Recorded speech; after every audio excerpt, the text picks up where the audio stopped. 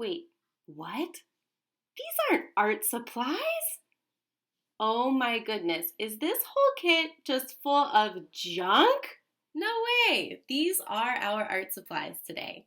All you will need to make this project is some coloring tools and an open mind. I'm Meredith, and I'm your art teacher today. Today we will create a story quilt inspired by artist Faith Ringgold. Faith Ringgold is an artist, author, and activist. She loves telling stories. In fact, telling stories is just about as important to her as making art. That's why she started making story quilts, the inspiration for our project today. To understand a little bit more about story quilts, I will read to you a story that Faith wrote about why she decided to start making them. When I was a little girl growing up in Harlem, I was always encouraged to value who I was and to go after what I want. Ever since I was young, I've always had a need to express my ideas through art. Being an artist and a writer of children's books is a fulfillment of my lifelong ambition. I became an artist for the same reason I became a writer. I wanted to tell my story. I was born in Harlem in 1930. I was the baby of my family, the youngest of 3 children. My childhood was the most wonderful period of my life until now. Because I was sick with asthma when I was growing up, I was forced to spend a lot of time at home. This was not a hardship, however. Instead, it gave me time alone with my mother, who was a fashion designer at the time. She taught me how to sew just like her grandmother had taught her, and how to be creative with art and fabrics. My mother also took me to museums and to see great performers. She put me in touch with the best of everything. When my mother died in 1981, I started making quilts as a tribute to her. During that time, I was trying to get my autobiography published, but no one wanted to print my story. In 1983, I began writing stories on my quilts as an alternative. That way, when my quilts were hung up to look at or photograph for a book, people could still read my stories. I have written 30 story quilts since then. They are written the way I write my children's stories. Each section written on the quilt is a page. Isn't Faith Ringgold so inspiring? My favorite story quilt is called Tar Beach, which Faith made in 1988. Later, Faith would write an entire book about Tar Beach, which if you haven't read it, just Google Faith Ringgold reading Tar Beach. Trust me, it's amazing.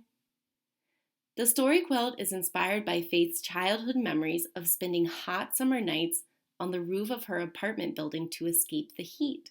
She called it Tar Beach.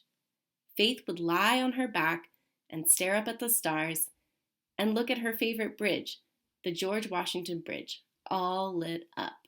In addition to being an artist and author, Faith is also deeply inspired by activism, which is when you stand up for what you believe in. Faith Ringgold is one of the most influential feminist activists of her generation, as well as an activist for Black artists in the United States. All right, raise your hand if you're ready to make some art. Awesome! Let's get started. Our story quilt will have 2 parts, a drawing and a frame. Let's start with our drawing first. Your drawing should tell a story about you. Here are some questions to help you think of what story you want to tell. Where do you fly to in your mind? Is it a happy memory or a dream fantasy place? Are you inspired by activism today? What does a fair and just future look like to you? Here are some of my examples. A happy place I fly to in my mind is a trip I took to Chile and Bolivia. I flew 13 hours in a plane to go on my first trip to South America. I visited the Atacama Desert in Chile, and then I visited the world's largest salt flat, Salar de Uyuni in Bolivia. This trip is special to me because I got to learn about so many new things related to people of different identities than me. Witnessing the nature and care for the environment in Chile and Bolivia was also very meaningful to me. When you are finished with your drawing, you'll move on to part 2, creating your frame. First, choose a colored piece of paper. Place your drawing in the middle of the colored paper. Trace around the edge of your drawing so that you draw a square in the middle of that colored paper. Remove your drawing. Good job! You've created a line to guide you while you make the pattern in your frame. Take out your tub of black paint, the corks, bottle caps, forks, knives, and straws. To decorate our frame with beautiful patterns like those of quilt fabric, we will use these tools for making prints. Dip any tool you choose into the black paint and press it down onto your colored paper. Be mindful not to use too much paint to make your prints.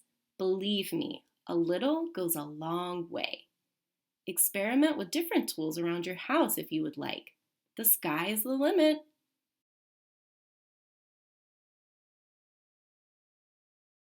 When you are done making your frame, let it dry for a few minutes. Once it is dry, use your glue stick to glue your drawing into the middle of your frame. Et voila! There it is! Your very own story quilt inspired by Faith Ringgold. Well, I hope you enjoyed your lesson today. Thank you to El Golfo for sponsoring such a fun activity today. If you'd like to learn more about Faith Ringgold, check out the resources I left for you on the info sheet included in your art kit. All right, until we meet again, take care.